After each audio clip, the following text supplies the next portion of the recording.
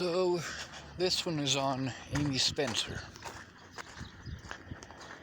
If she listened to that conversation between Rihanna and I, and if she read the messages between Rihanna and I,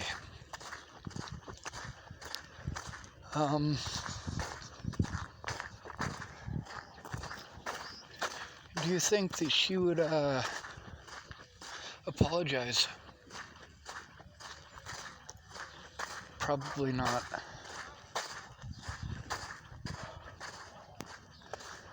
Of course, I posted up the conversations, the messages between myself and Amy, and what she had to say, and the messages between myself and Rihanna, as well as the conversation with Rihanna. Now there's 2 more videos that I'd like to post up. Now, these are pretty important. One of them was when I was on my way to go see Miss Rihanna. We were supposed to help each other, but the deal that we made and what ended up happening when I got there, they weren't the same. And Amy Spencer's daughters were a very big part of that. Now, that's not saying that it's all their fault, because it's not. I was in a pretty messed up situation. Rihanna was in a pretty messed up situation. Those young women were in a very messed up situation, and we were all doing our best to cope with, not getting to see our loved ones, every one of us. Me, Rihanna, Amy's daughters.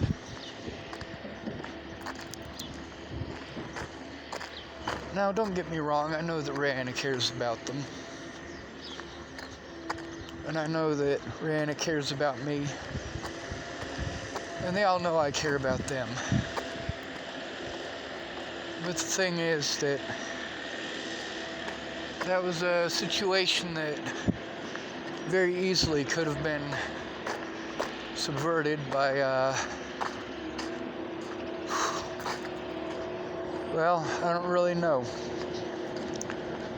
I do know that it was a pain in the grain. I know that it was very stressful for myself and for Rihanna.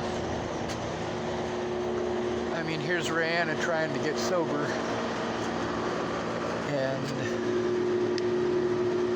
she's not able to take care of her own kids by her own admission. Can't even take care of herself, and she's kind enough to take on Amy's kids because Amy couldn't.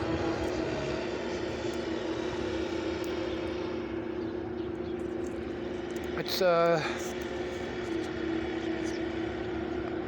something that needed to be taken into account. Now, the things that Rihanna had to say, if she'd have said those things to the courts in Wyoming, things could have turned out differently, but she didn't say those things to the courts.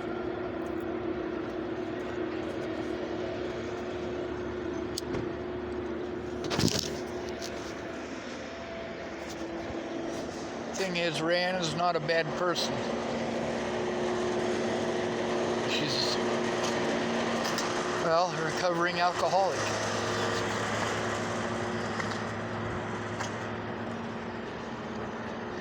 Amy is one of the first people I met when I came to Chapel, Nebraska.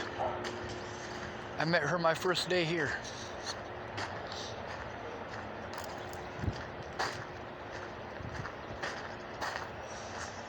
Candace's brother Chance was one of the best friends I ever had. God, he was a hellion though, I tell you what. The Beardsleys, they all know Amy too. She was there the day that Mike Hudson got shot in the head up on Tickle Hill. That messed Amy up pretty good.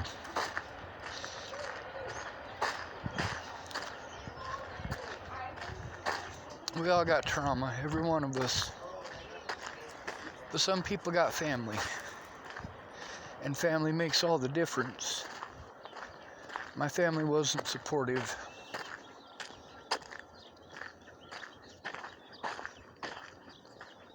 A lot of other families that have been good to me, they didn't understand. They didn't understand why I was freaking out when they didn't keep their word. I didn't start off freaking out. I mean, this started 3 years ago, over 3 years ago. Matter of fact, it started October of 2015 when I hurt my back. The Boulder police just wouldn't leave me alone. Now, they'd been cruel to me, cruel to a lot of homeless people in Boulder for years before that, and I documented it. I documented what they did to Ogre and his kid. I documented it on Facebook, so if those people ever needed it, then it was there. They had a witness. And I documented it as it happened. So the memories were fresh.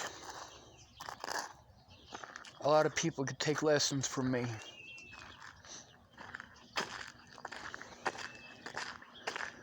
But the laws are meant to protect the citizens, are they not?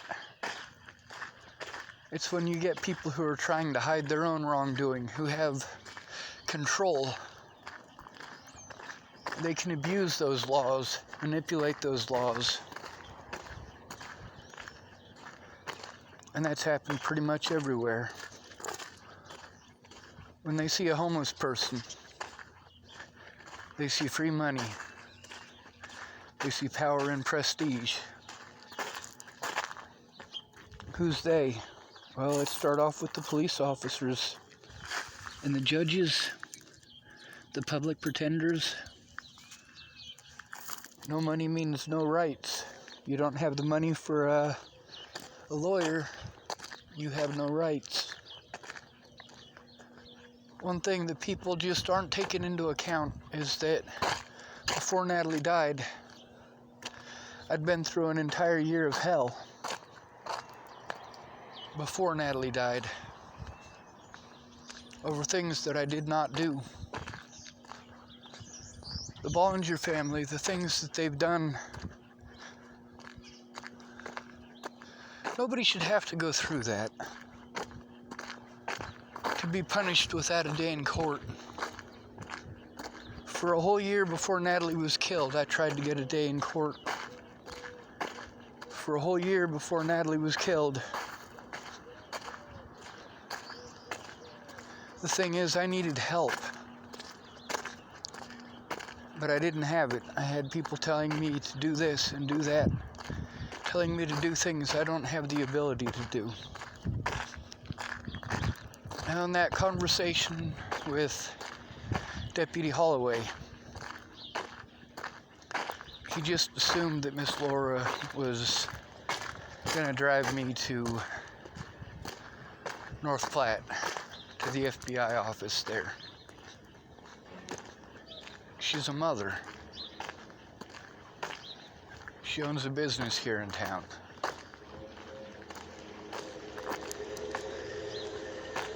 Much like many other people who are aware of what was going on, she's got to be afraid for her own family as well.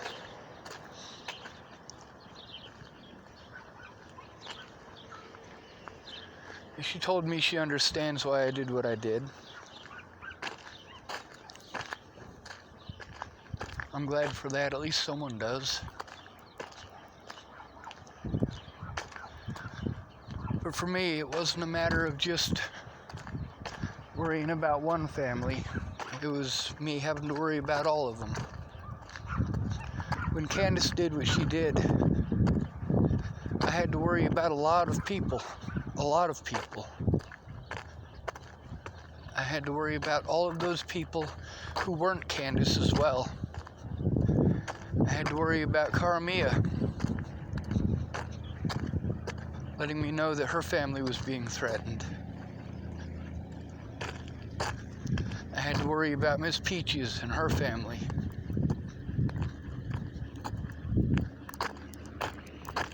But the thing is, after they found Natalie's killer, these people should have come forward then. With Miss Peaches, she should have come forward before Natalie was even killed. Darren O'Connor should have come forward well before Natalie was killed. After she was killed, he was only worried about his reputation. I don't give a fuck about your reputation, I don't. You be an honorable man and your reputation will be fine. But he didn't do the honorable thing. See, all of these people who were harmed by Whalen Lolatai, had my name been cleared, and it wasn't, by the way, I still have people who think that I'm going to molest their children or chop them up and feed them to my dogs. I don't even have any dogs. People who think that I'll rape them or kill them.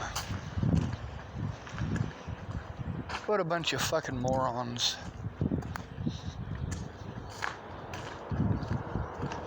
Having to deal with manipulators is a scary thing. And having to deal with so many of them is even more scary.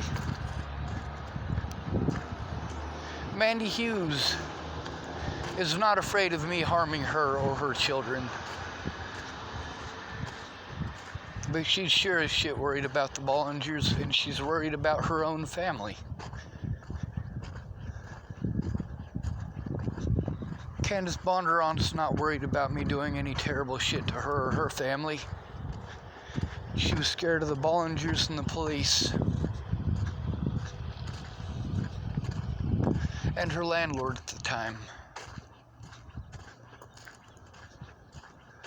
See, here's the thing, it's not that I wasn't trying to get the help. It's that those in power were doing everything in their power to prevent me from getting that help.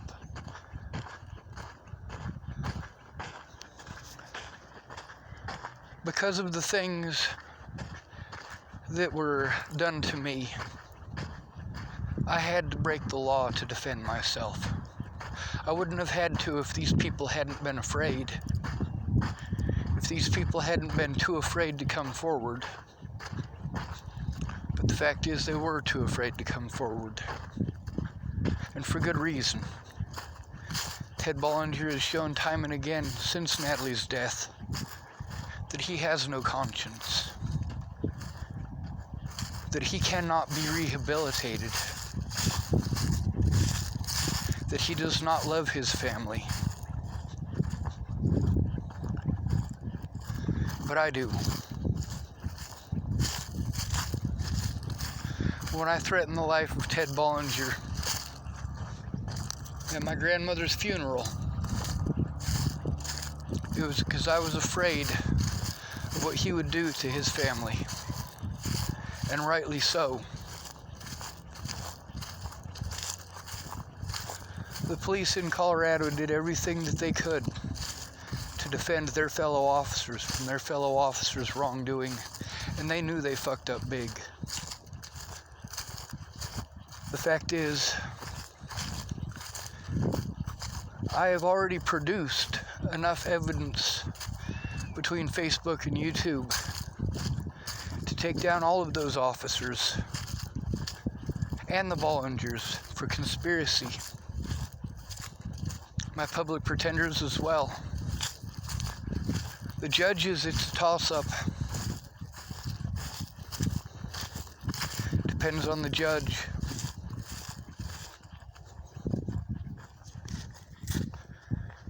Natalie's death was entirely preventable. Natalie did need a friend like me. friend who understood. That's why we were friends. Those of you who have read the messages between her and I, you know that she thought she was in love with me, not the other way around.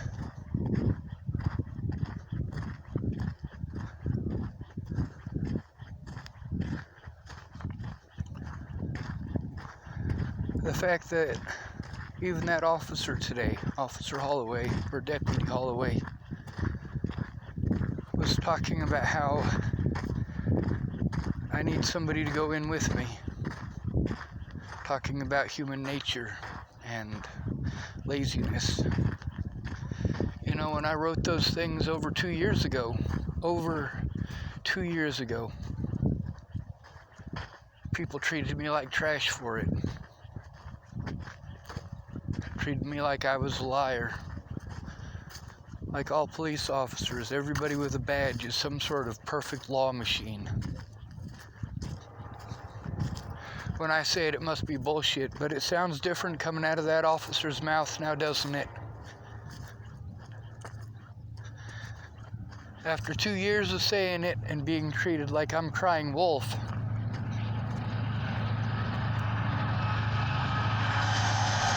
train.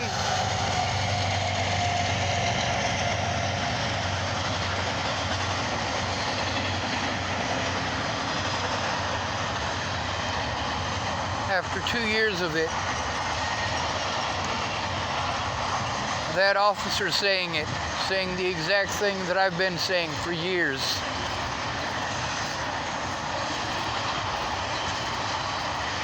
Of course, I've gone a lot more in depth into it. If you're the richest man in the county, you got a beautiful wife, beautiful house, lots of land. You got a brother who's a city council member. They're a lot more likely to listen to you than if you're a homeless person. That's for sure.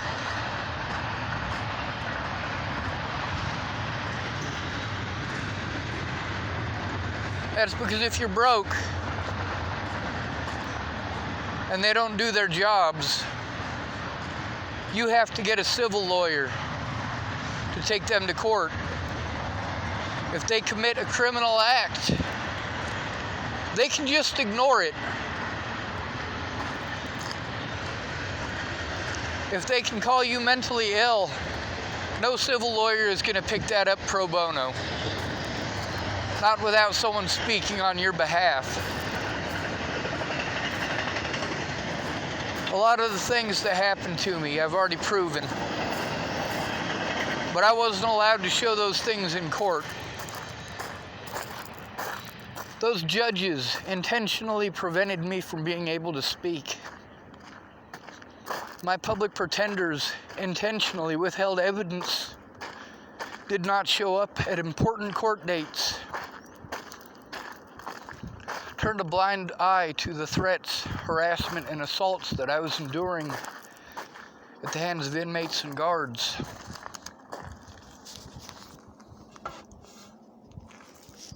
What do I know, right? I'm just a mentally ill dude down the street.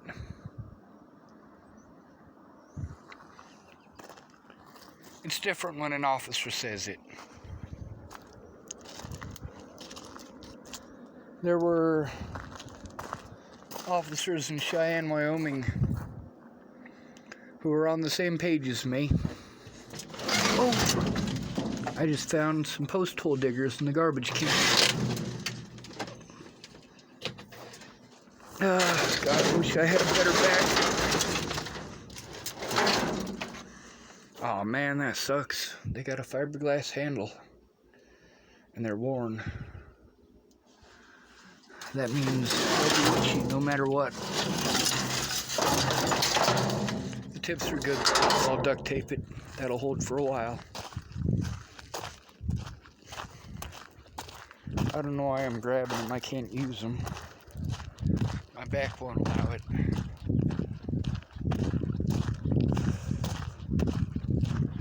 All these people who didn't want this stuff coming out in public, they should have thought about that. They should have thought to themselves, Sean's always been good to me.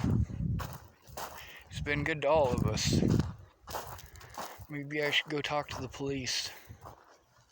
They want to be angry because I made it public. I made it public because the police wouldn't listen. They didn't want to do their jobs. That's the human nature thing. They're getting paid for that job. Are they not?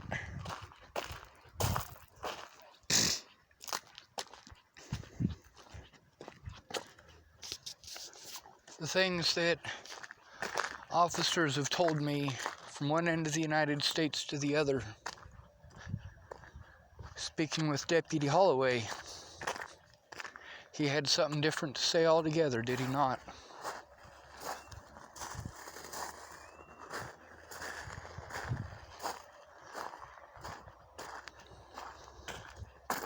If there's somebody out there with some balls, somebody who's willing to stand up to these people,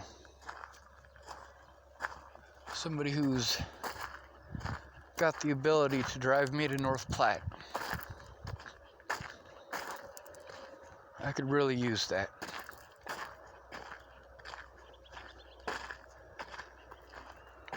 I would ask Brandon Ratner.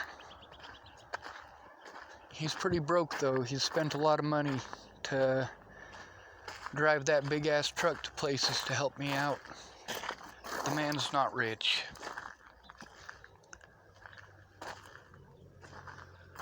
So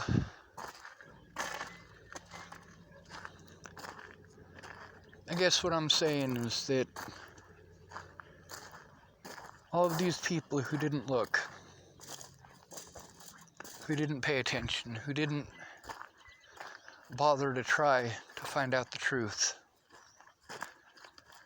you can say that's all on them, but the fact is, I was the one who was harmed. Amy Spencer's daughters were the ones who were harmed.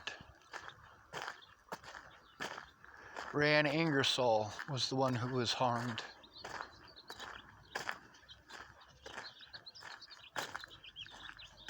And a lot of people I care about dearly were harmed.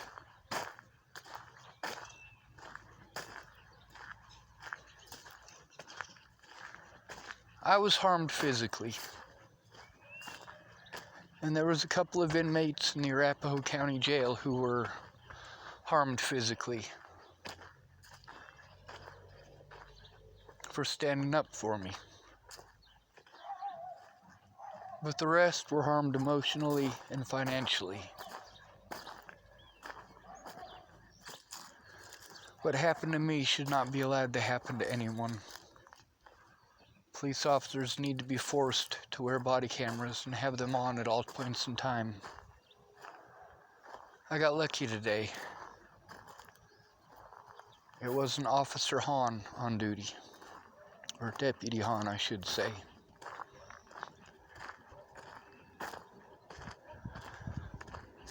A lot of people don't like the fact that I posted this stuff up on the internet. Well, the cops wouldn't look at it. Not without someone going in with me, like I said to begin with, from day one. And Deputy Holloway today, he verified that for all of you to hear.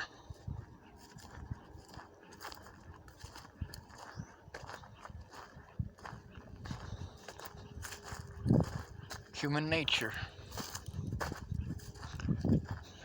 It's funny, that's what I called it too.